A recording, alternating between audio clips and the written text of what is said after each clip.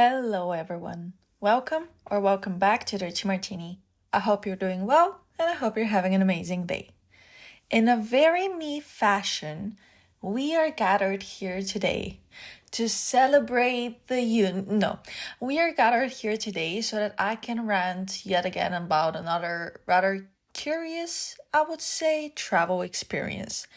And initially, I didn't plan on sharing this here because I feel like I've shared quite a few stories already about my travel experiences so far, and I just want to not bore you with this type of content. I want to keep it fresh. I want to always be bringing something new to the table. So I initially was not planning on sharing this with you.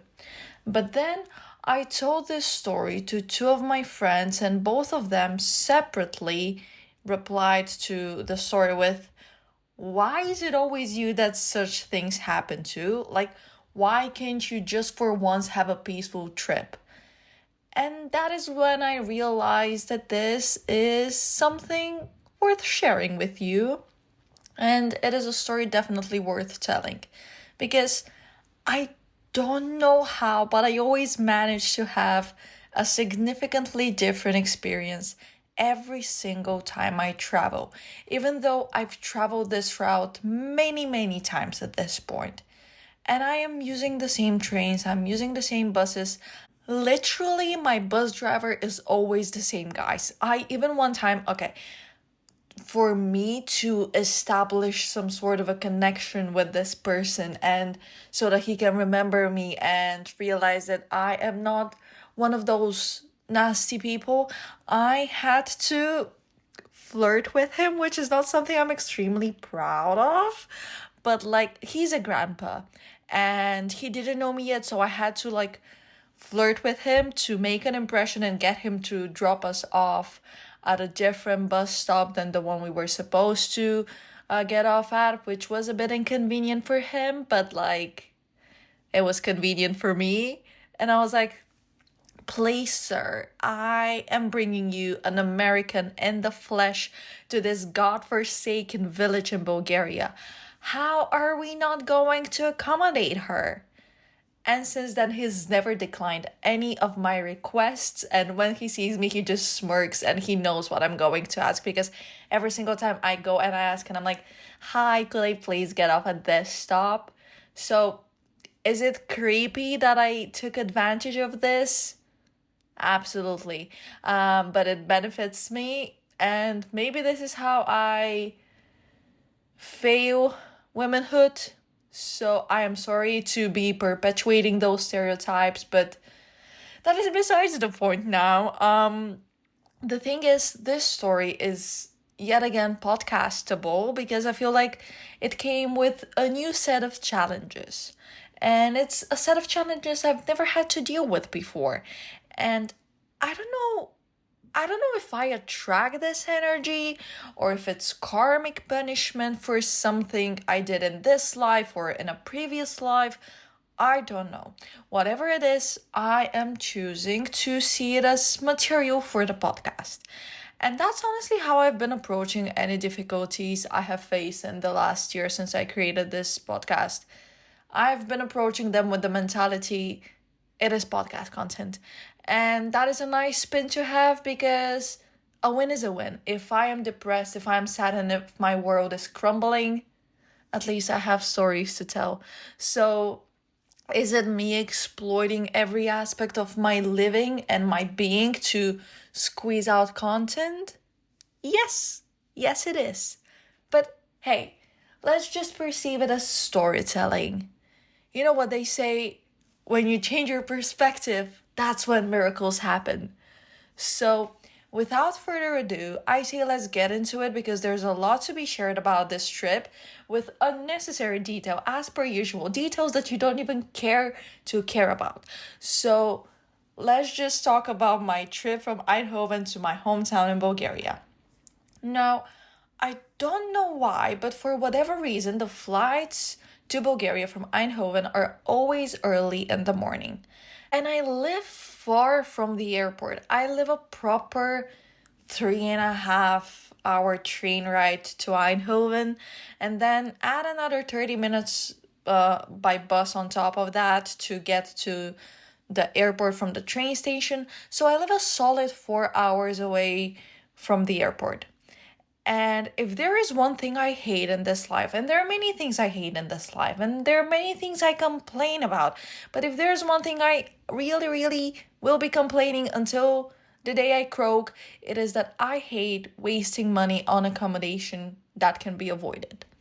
I just refuse to spend 70 euros that I don't have to spend 4 hours in a hotel room on Airbnb or whatever. I am someone who sleeps at the airport. And maybe, hopefully, one day, money won't be that big of a problem and I will not let that 70 euros define my eating for a month. But as of now, it is what it is.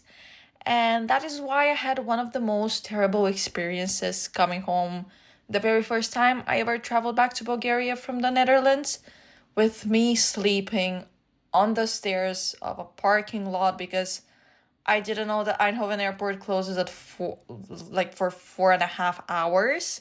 Again, make airports 24/7.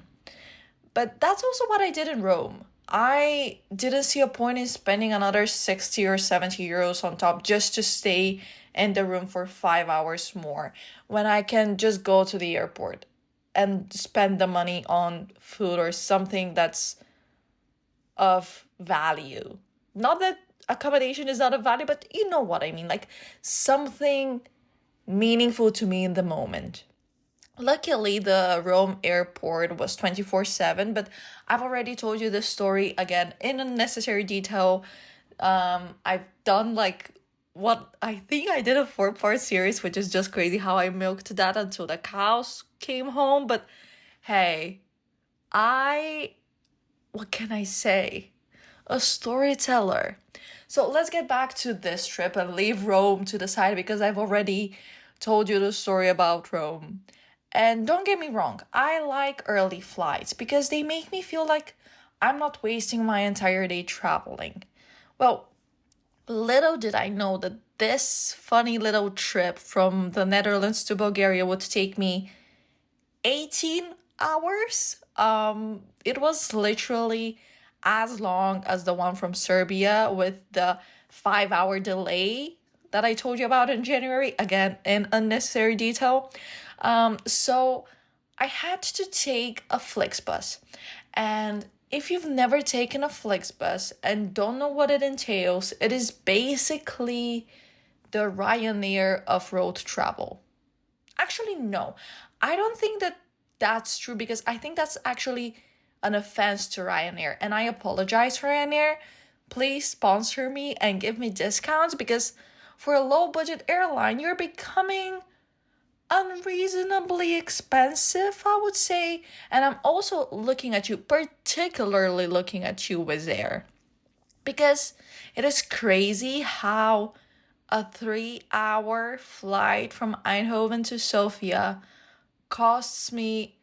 Why did I pronounce Sofia like not a Bulgarian? I pronounced Sofia with like some sort of an accent that wasn't Bulgarian.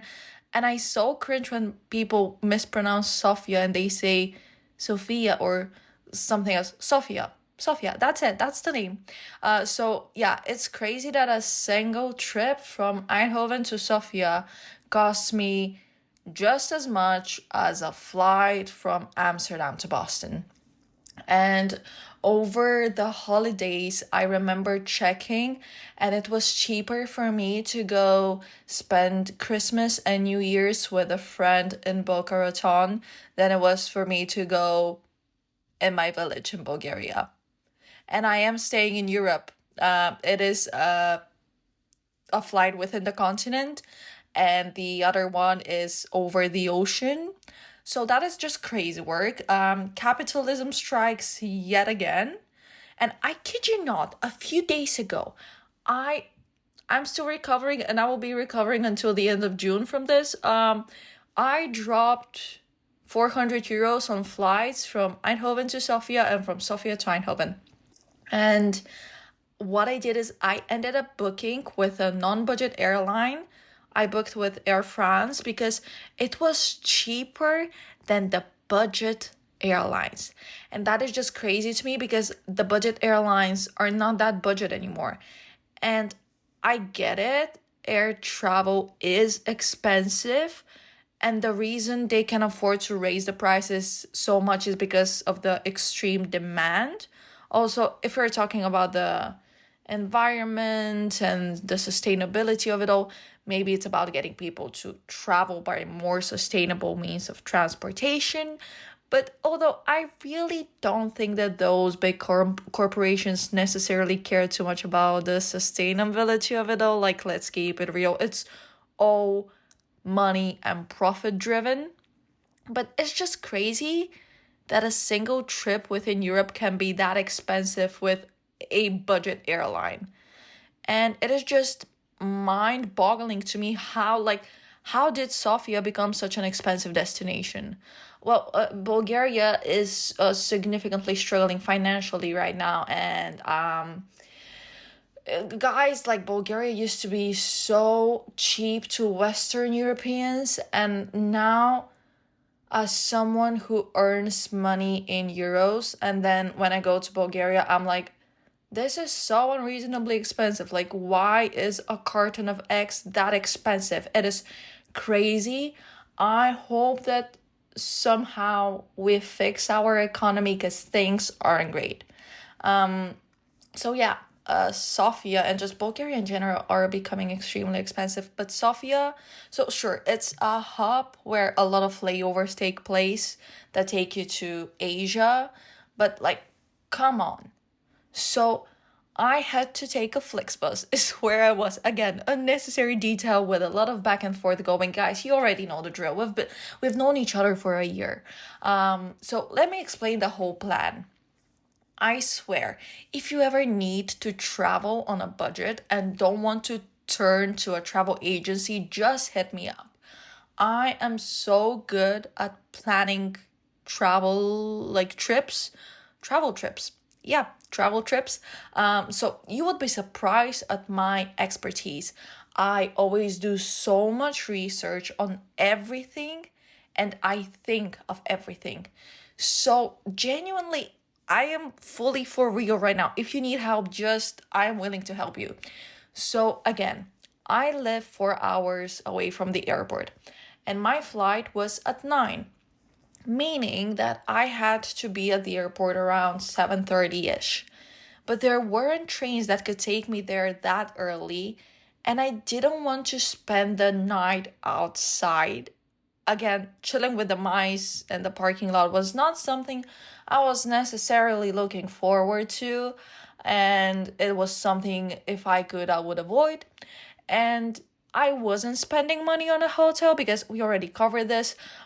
So I implemented a strategy I have tried before, which it is torturous, but it works. Now, here's the thing you should consider before making the decision to reach out to me to plan your travel.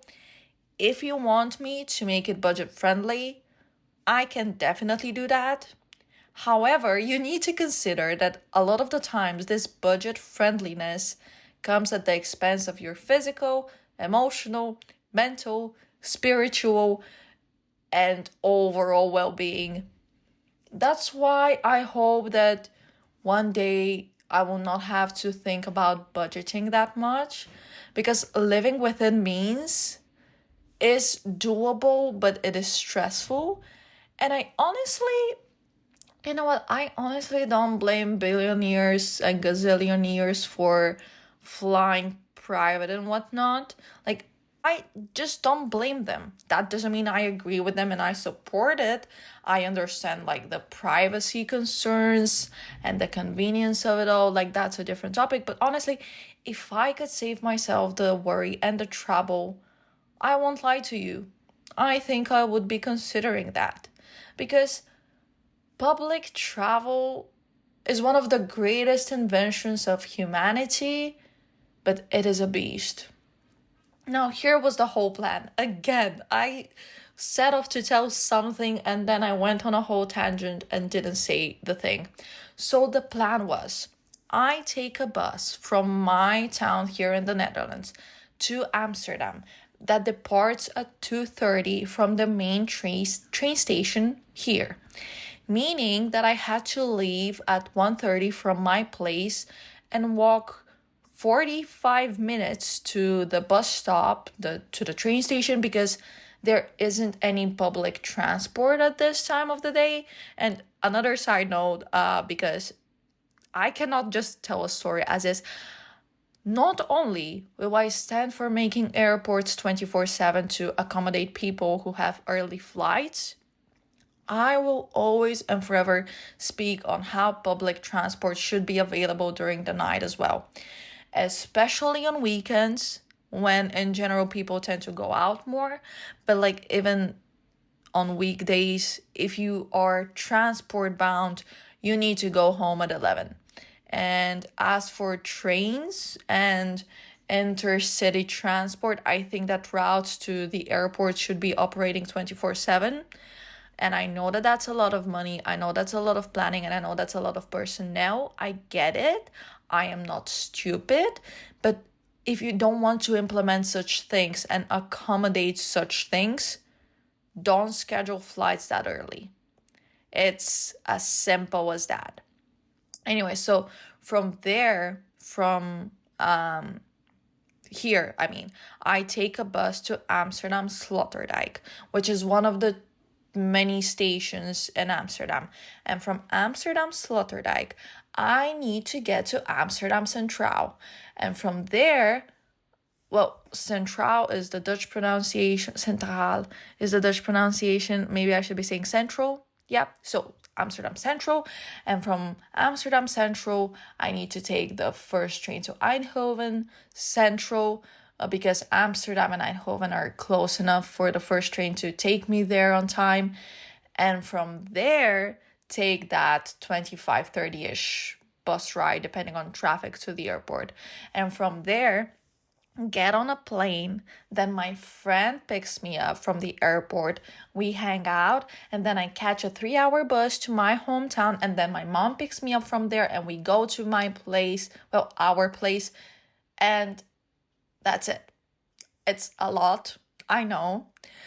So as I already said, my journey started rather early in the morning or late at night, depends on how you choose to perceive it. And I had to walk 45 minutes in the drizzle / light snow to get to the bus stop. And I was a bit anxious because I had to go through the city center to get there. And it just triggered memories back from when I was a waitress and I would finish work at 6 a.m. and would have drunk men follow me home. Fun times. So I was alert and I didn't even put on my headphones because, well, fellow ladies know. So I got to the stop and the bus, by some miracle, arrives according to schedule, which if you have used Flixbus, you know that by definition, by nature, they are unable to be on time. So the bus gets to the stop and a lot of people get off for a smoke break while the rest of us show our tickets, leave our luggage in the luggage compartment, and then go up and find our seats in the bus. And I go up and I go to the seat I had reserved.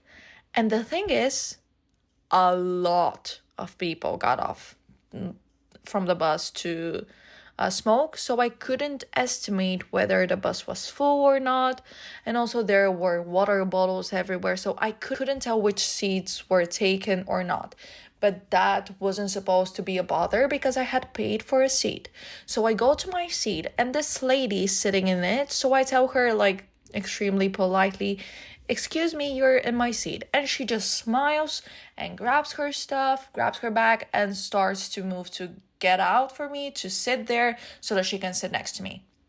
And a man, because of course a man, for whatever reason, completely uninvited, completely non-welcome, interferes in the conversation and tells me the bus is not full, sit somewhere else. And the lady just stops and she just looks at both of us and doesn't know what to do. And she's just confused, which of course she is. And she just looks at me, to which I, like, after he said that, I just very calmly replied, calmly, keyword. I was calm. I just said, sir, I paid for that particular seat. It was, okay, it was a window seat in the middle of the bus. Now let me explain the thought process.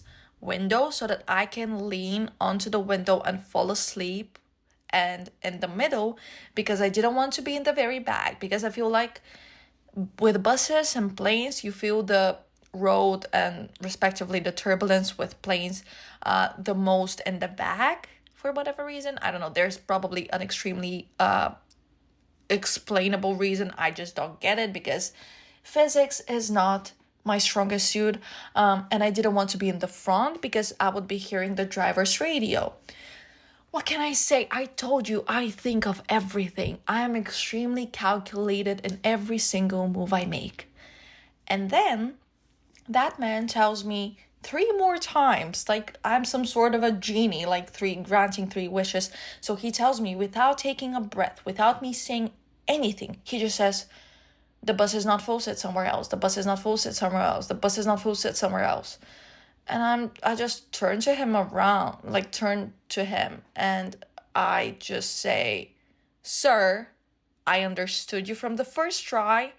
And I just turned around and I was annoyed because, like, what is your problem? Like, no one invited you in this conversation. And the lady didn't have any problems with moving. So why do you have a problem with her moving so that I can sit in the seat I paid for? So I had to sit somewhere else, and I found a seat covered with water bottles and water bottles by water bottles. You guys know propositions and physics, not my strongest suit. What can I say? Please don't take away my certifications. One of my friends recently had to do an IELTS certification yet again, because apparently a bachelor's degree in English is not enough of a justification and proof of your English skills. So can you imagine I had to I did the Cambridge certification. If I had to redo that, I would simply purposefully forget English and move back to Bulgaria and never speak a word of English again, which would suck because Dirty Martini is in English. It's just, again, I need to tell the story. So the thing is, I sat in that seat with the bottles, and I didn't know if that seat was someone else's, and they'd have me move, and I didn't know where to go. But it was the principle of it all. First of all, if I paid for that seat, I am entitled to that seat, and that seat only. And that is why on planes, I am not switching with any children or anyone for that matter when they ask me to sit in the window seat because they want to watch out the window. Girl, life is not fair. Get over it. Should have paid the way I did. In the rare occurrences that I pay for a plane seat, because most of the times I just get an assigned seat because I am cheap. And it pisses me off so much when people get annoyed when you don't give up your seat for their child or their partner. Dude, get the hell out of here.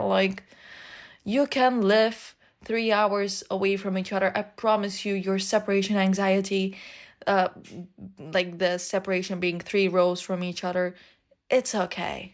Although, at the rate that planes have been going recently, I can imagine why you're anxious. Anyway, so second of all, why the hell do men always have to interrupt and get involved in everything? If men have one thing, it is audacity. I swear to God, if the lady didn't have any problem with moving and we had a completely civil interaction, because girlhood, no yelling, no nothing, why do you feel entitled to chime in? Get out of here. It fills me with so much rage how some people want to get involved in things they're clearly not welcome to.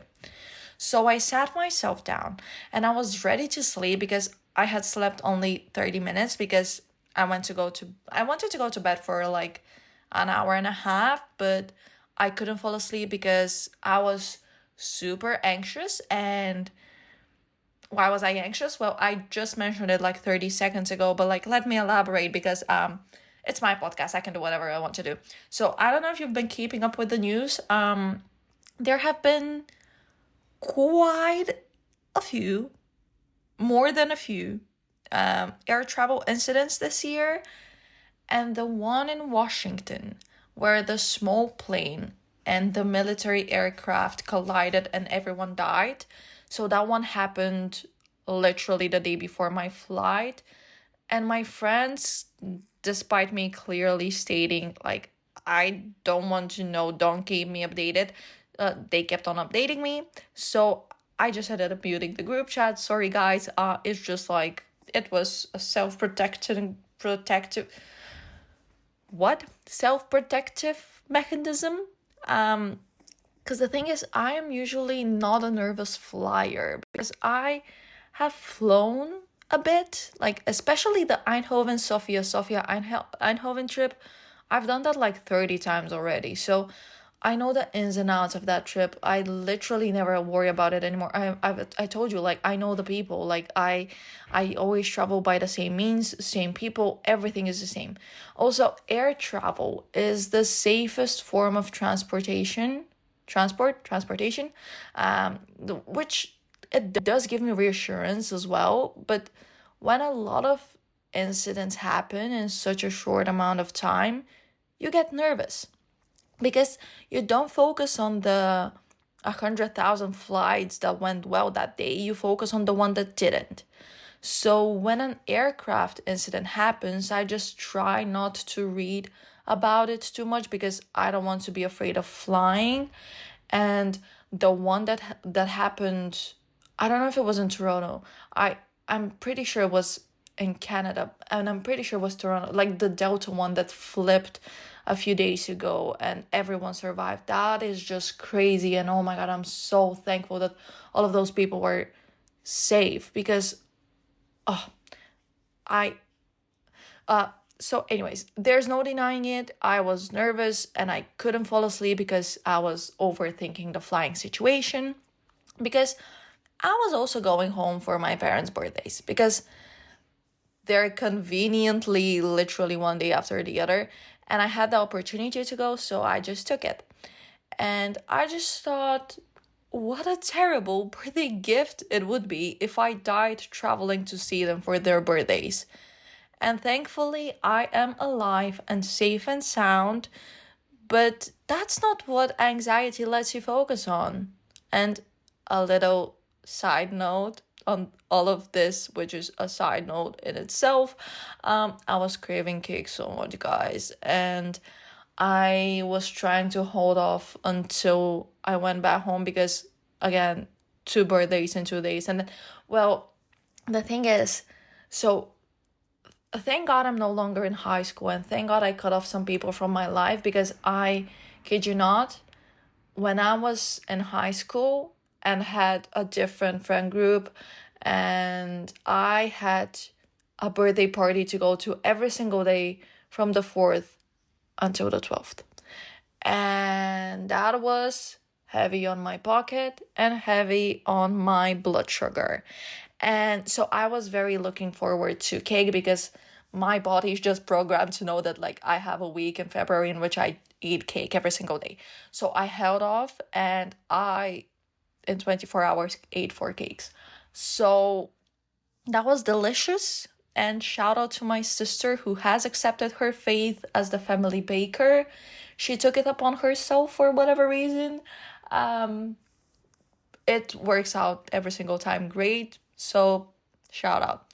So I couldn't sleep before my trip. That was my point. And I slept for only 30 minutes. Well, it was not necessarily sleep, doesn't matter.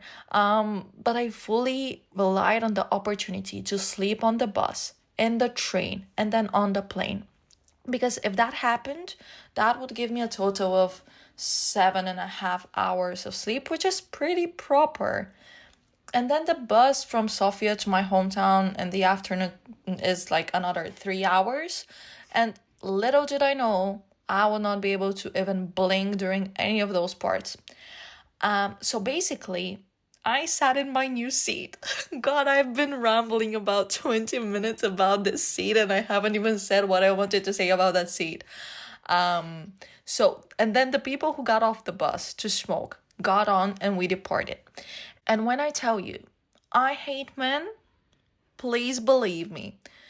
Those drunk and perhaps even high off of some sort of a drug assholes started playing some terrible EDM music. And the thing is, I like EDM, but that was some sort of like crappy EDM music.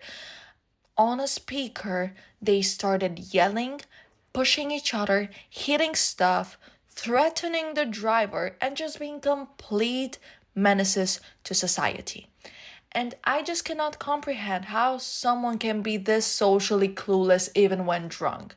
Okay, you have decided that you're going to travel drunk. That's on you. You're traveling from Berlin to Paris, as you made it abundantly clear multiple times while yelling at the driver to stop in the middle of the highway because you're going to miss your destination. Sure, travel drunk. Maybe I'm wrong, but maybe this is not the smartest decision if you ask me personally. But if you can hold your liquor, go for it. But if you cannot hold your liquor, don't make it everyone's problem. And the man who told me to sit somewhere else tried to confront them, but they pretended not to speak English, and they said in German, and what a time to speak German and be able to understand their conversations, because like that was so unnecessary. Not only was it annoying that I had to hear them, but it was even more annoying that I had to understand them and that I could understand them. So they pretended that they only speak Spanish. So that man, like the boss was not full, so it's somewhere else, man. So he started talking to them in Spanish. And as much as that man annoyed me, I have to admit that was pretty badass. But as response to his request for peace and quiet, they just turned up the music and started yelling. And I mean yelling. Like in Merriam-Webster, under yelling, you would find their names. Now, the thing is, I can feel bad for such people. And I usually do. Because there must be like an underlying problem. Not to play like a psychologist, but there must be like an underlying problem for you to feel the need to act this way, especially when you're apparently in the age range of 30 to 40, meaning you are realistically 13 mentally. So I can feel sympathy, empathy, whatever. But all I felt was anger because I was exhausted. It was 2:30 in the morning, for God's sake, and I was anxious already enough, and I didn't need those people to be there and be annoying as hell. And the thing is, say whatever you want about Bulgaria, although don't, please, because it's a sensitive topic. But like, say whatever you want about Bulgaria, but this would never happen there. And let me explain why it wouldn't happen. Because if someone were acting like this, they would get beat up. Am I condoning violence? No. But did I want to hit them? Yes. And when I tell you I've never wanted more in my life to hit a man, trust me, and I have wanted to hit many men many times. And I put on my headphones and I put on some white noise to try to block them out. And I put the volume to the maximum. And my phone was literally telling me, like, it was sending me those notifications that are telling you that you're listening to music at a concerningly high level. But I could still hear them as if they were sitting next to me and yelling through a megaphone. It was so annoying. And I might have put a curse on them. Or not. I don't know. Just shut up. It's not that difficult. And the thing is, I couldn't even think about falling asleep. And trust me, Balkans are used to falling asleep in loud environments. Ask any child that's ever been to a jubilee celebration or a wedding. We are trained individuals. Like, we can fall asleep in a very loud, yelly situation, sleeping on a bench, using your dad's jacket as a blanket. But this was too much. I'm no longer 12. I cannot put up with this. And eventually, after 2.5 hours, which felt like ages, we arrived at Amsterdam Sloterdijk. And I lightning McQueen my way out of that bus, and I just threw them a vicious look, holding back rage, holding back tears, and my middle fingers pointing in their direction, because I couldn't.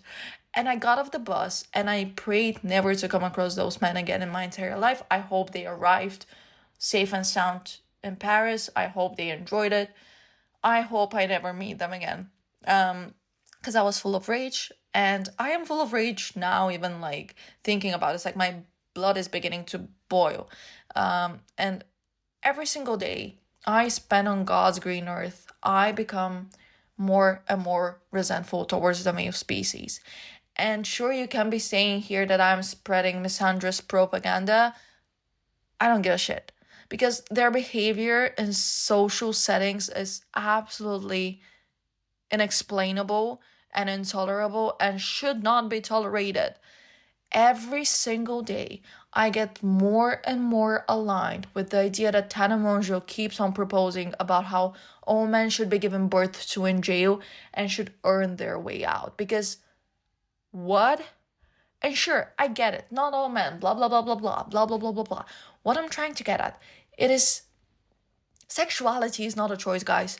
Sexuality is not a choice. And trust me, I so wish it was, but that's not how things work. Because if sexuality and attraction were a choice, trust me, I would never purposefully choose to be attracted to a man. Yes, today I am more annoyed and mad than usual, but my stance still stays. Again, not all men, I recognize this, but there are enough rotten apples which uglify the whole male species, and I apologize if you feel offended by my words. You know what? No, I don't apologize. If you feel offended by my words, maybe think about why is it that you recognize yourself in them in a way which lets them get to you. Look inward, okay? Call me a misandrist, call me a man hater. I don't give a single flying fuck. As long as they behave that way, my attitude is justified. So from Amsterdam Sloterdijk, like, I was supposed to go to Amsterdam Central, and from Amsterdam Central, I was supposed to take the train to Eindhoven Central, and then, the bus to the airport. And the thing is, I had to wait for 45 minutes for the bus from Amsterdam Sloterdijk to Amsterdam Central, and I was a little bit worried. Why? Well, men. Well, I wasn't a little bit worried. I was actually quite worried because at the bus stop, it was me and two men, and it was 5 a.m. and nobody was around the city, and the city was dead asleep because why Amsterdam? And then a girlie showed up, and she naturally stood closer to me, and she, we just talked a bit because girlhood, and that was fine. I don't know how it is with you, but every time I walk in the evening and I'm alone and I see a man, I'm scared. But if I see that there's a woman with that man, I feel more at ease because girl code, you wouldn't let him do anything terrible to me. I mean, of course there are women who are not great, but I just feel more at ease in the evening when I see a fellow female. The other day I was walking to work in the morning and it was so peaceful, and I noticed that it was just women on the street, and I felt so safe and nice and unbothered. And then a few men appeared and Barbieland was no more. I should really explore this fear in therapy, or maybe just a thought, just a proposition. Maybe men should stop committing femicide. Where was I? Sloterdijk. Oh my god, this story it's dragging so long, and I have a lecture to wake up to in a few hours. So from there, I got to Amsterdam Central and I had to run to catch my train. And I get on the train and I'm like, okay, fine. It is still pitch black outside. I still have like an hour and a half. So I couldn't sleep on the bus, but I can utilize this hour and a half to Eindhoven to sleep now. And I get in the train wagon where it was just 4 seats, like many 4 seats, 2 by 2, meaning like a set of 2 seats facing another set of 2 seats. So I sat again in the middle next to the window because if there's anything I am, it is consistent. So, that I can lean and fall asleep. And I'm getting all comfortable and excited that I get the chance to sleep because it was so quiet. There were a couple of other people in that wagon, everyone seemingly tired, and it was just a chill ride.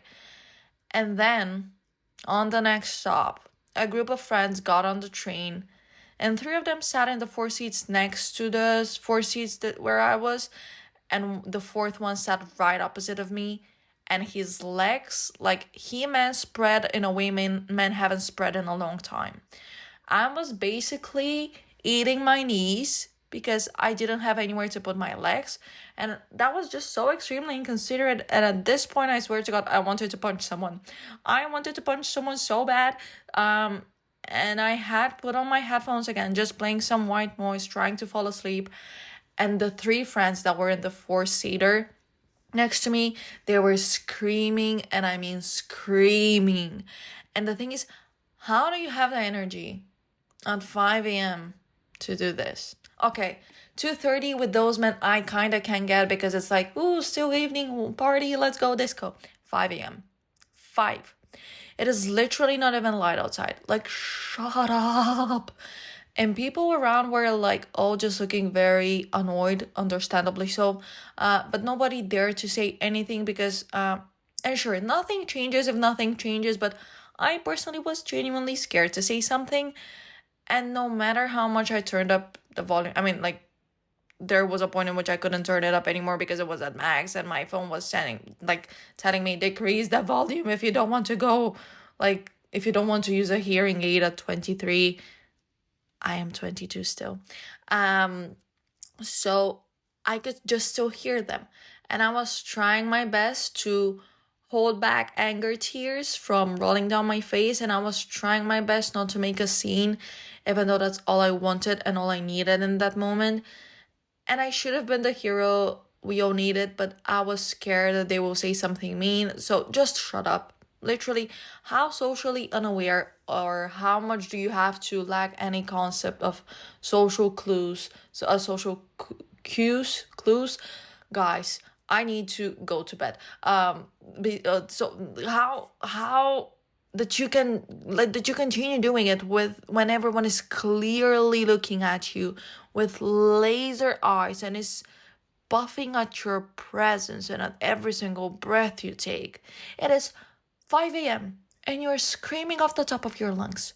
So as you can imagine, yet again, I couldn't even think about sleeping in the train because first, because of their friend man spreading and his shoes basically being inside my lungs, and second, because of them screaming. So I was so happy when we arrived at Eindhoven and I got off the train. So then I took the bus to get to the airport, and I got to the airport after what were some of the longest 6 hours of my life, I felt like. And in the airport, I got to this one area where I only got to know, like, after I went to again, shout out. And it's a very nice area with a lot of places to chill, a lot of places to sit, and many charging points. And as you can imagine, from all the listening to white noise and all the cold, my battery had dropped. So I went to recharge my phone, and I was just holding on for dear life, trying not to kill myself. I was trying to push through to get to my flight and just, sleep on the plane. Side note, I was eating fries I had prepared for myself. And the reason I was eating them is not because I was hungry. Again, extremely detailed. I know you don't care, but I want to share this. Because at this point, it was 6 a.m. and I cannot eat that early. Well, in my case, it was that late because I hadn't gone to bed. It's just I had to eat them because in my backpack they started smelling because the bag had opened, it had ripped. And that's fine. I don't care if my clothes personally smell like fries because I'll just wash them. But the thing is, I had a gift for my friend's newborn nephew, and I didn't want to give those clothes smelling like all the spices I use for my fries because, contrary to popular belief, I season my food despite what my complexion might imply. So I ate that, and as I was eating and listening to the Basement Yard, shout out, I received a notification on Dirty Martini Pod's Instagram.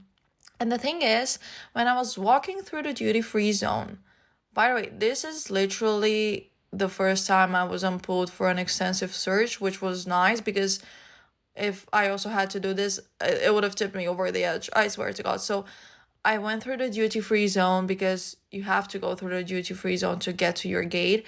And I saw Forbes magazine with Alex Cooper, the host of Call Her Daddy, on the cover. And because she's such an inspiration for me, I took a picture of the cover and I posted it on my story with the caption, "The Blueprint."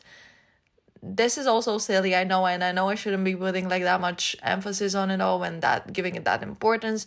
But I just found it so cool. So she reposted my story, which means that she also read my message to her. Because yes, I have DM'd her. Yes, I know that's embarrassing. It's cringeworthy, but I promise you one day it won't be. I was so freaking excited, and I was so happy that even in this small capacity, she somehow noticed me because Alexandra Cooper, she paved the way for me to be here. I would never even think about creating a podcast if it wasn't for her. And her podcast was the very first I listened to and the very first I binged. And I just hope that one day I get a chance to express my gratitude to her because she single-handedly changed my life by opening this door through creating and developing her platform. And by the way she operates, she has made me feel so extremely comfortable to be here and take up space here and create my own platform. And she made me feel confident enough to be myself. And I'm so grateful for her and everything she's doing to empower women. And I love her for this. Like, I genuinely respect her so much. And just shout out Alex Cooper. Not that you need my shout outs and not that you need my promotion, but shout out. I know you're not listening, but one day I hope I get the chance to say thank you. And the power of social media is crazy because my Instagram account, like for Dirty Martini, it gets barely like 2 or 3,000 views per month. With her reposting my story, I am not kidding you. I can send you a screenshot if you want to, just text me.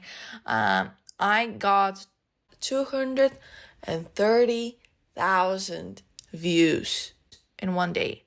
And that is just crazy to me because Alex is my podcasting hero, and girl, one day I'm going to see you and I'm going to say thank you because I have you to thank. And guys, if you like this podcast, you have her to thank, and if you don't like it, stop streaming. I don't know. Anyways, so I at this point, as you can imagine, am feeling very elated, even though I hadn't slept at all and I was scared of flying, and all this went out the window, and I was like, if this is how I go, this is how I go. I go noticed even in the minimum capacity by Alex.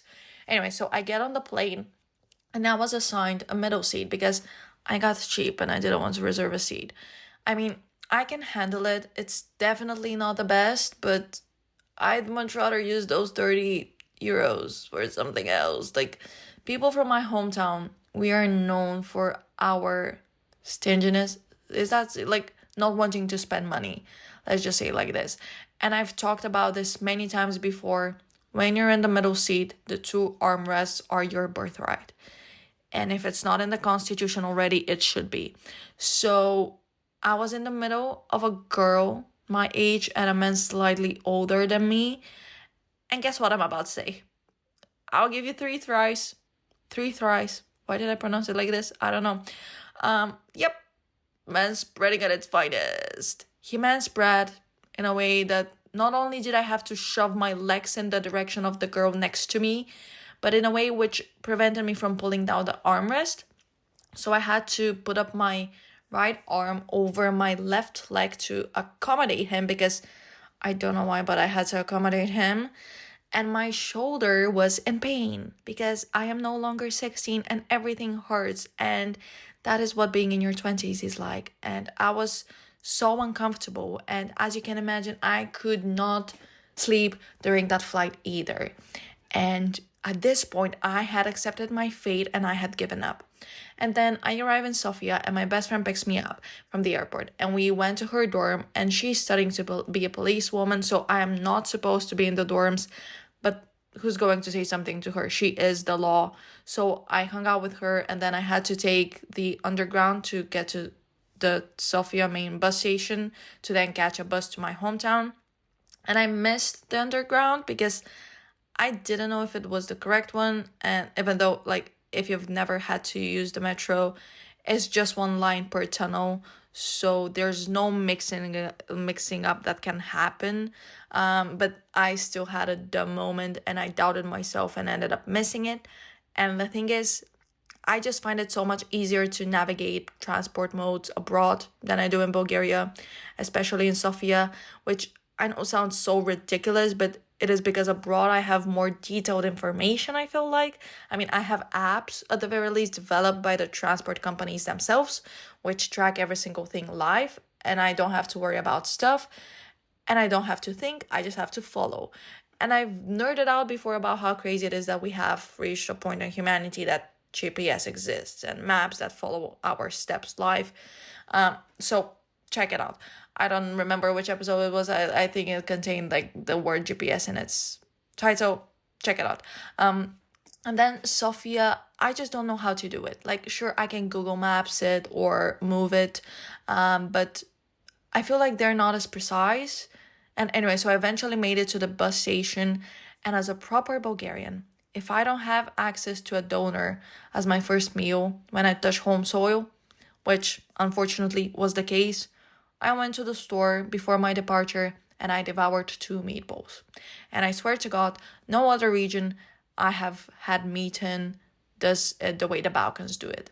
Meat is such a big part of our cuisine. And I remember when I was vegan/vegetarian for a bit a few years ago, my family took it as a personal offense.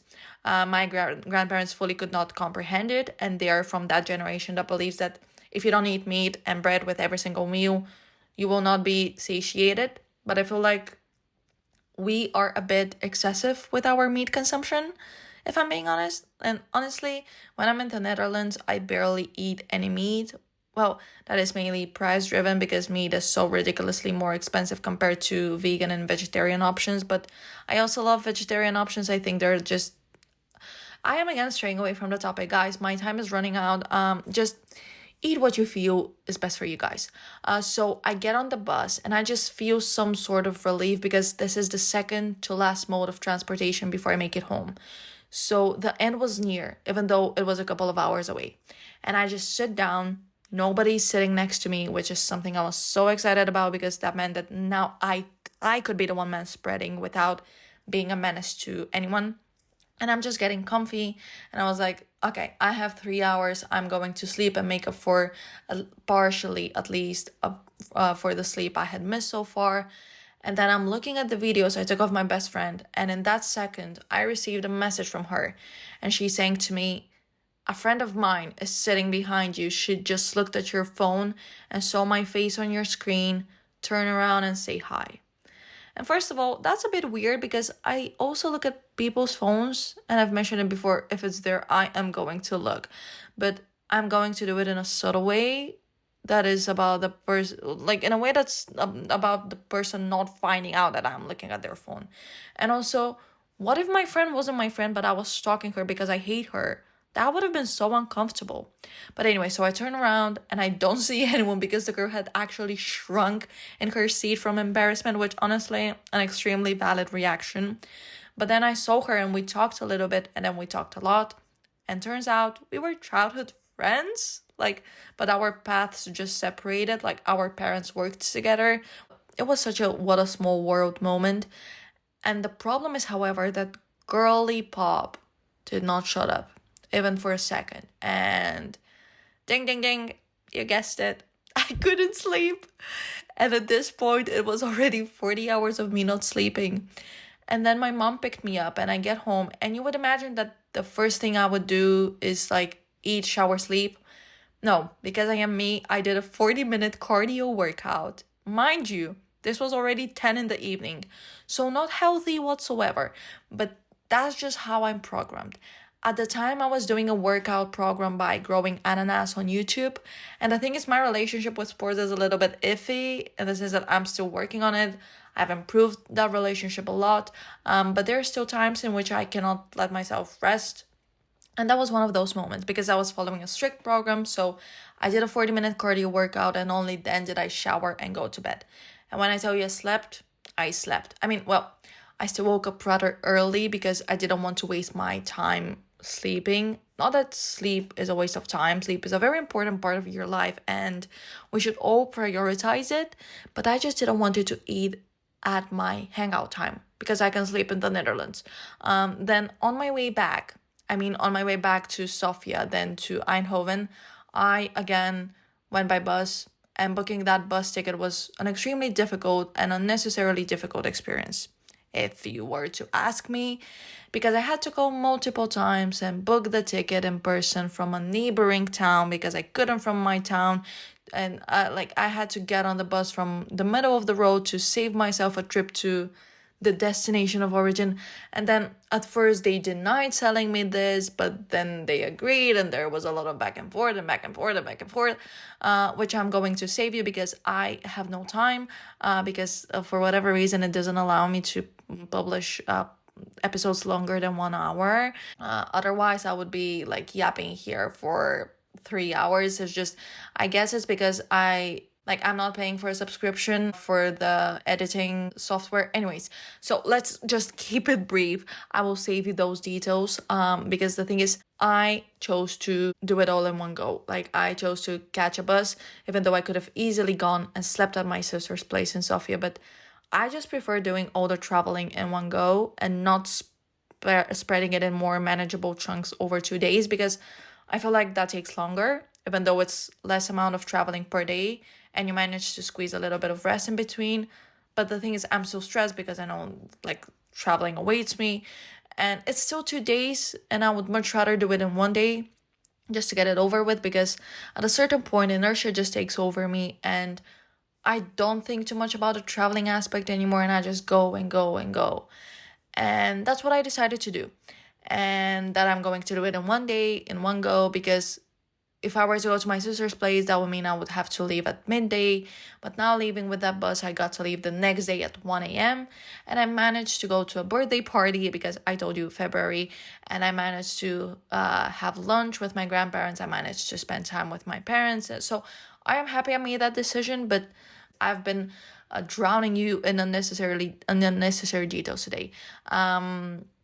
But basically they were telling me, we're going to sell you the ticket, but we can't guarantee that you can get on board, which made absolutely no sense. So yeah, I get to Sofia, and from there, from the bus station, an acquaintance of my sister's boyfriend picked me up because he is a taxi driver, and we were so deep in a conversation, because this is what you do with Bulgarian taxi drivers. You talk.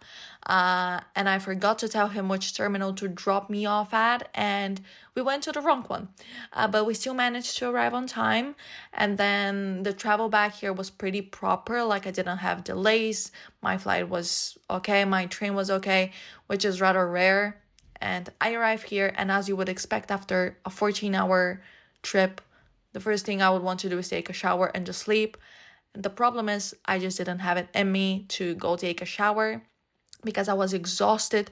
But the thing is, I would never go in my bed with my airport clothes, my airport skin, and my airport hair because they're dirty. They put the dirty martini. So what I ended up doing which is flashbacks from when I moved into this place and I didn't have a mattress and I had to sleep on the floor. I folded my yoga mat to resemble some sort of a pillow, and then I used my jacket as a blanket. Again, Balkan children, we know how to do it. And I took a nap on the floor, and then I did some grocery shopping. I took a shower, which fulfilled my mission of stripping a layer of my skin. So that was pretty much it. Guys, I don't know if you're enjoying these story times. If you find them annoying, please let me know. I most likely will not stop doing them because I enjoy them, but it's just, I don't know why it always happens to me that such things happen. But hey, at least I have stories to tell and you have stories to listen to. So, thank you so much for listening to this episode. I hope you enjoyed it. I hope to see you in the next one. Have a lovely day, guys. Stay hydrated, wear sunscreen, and don't support genocide. Bye.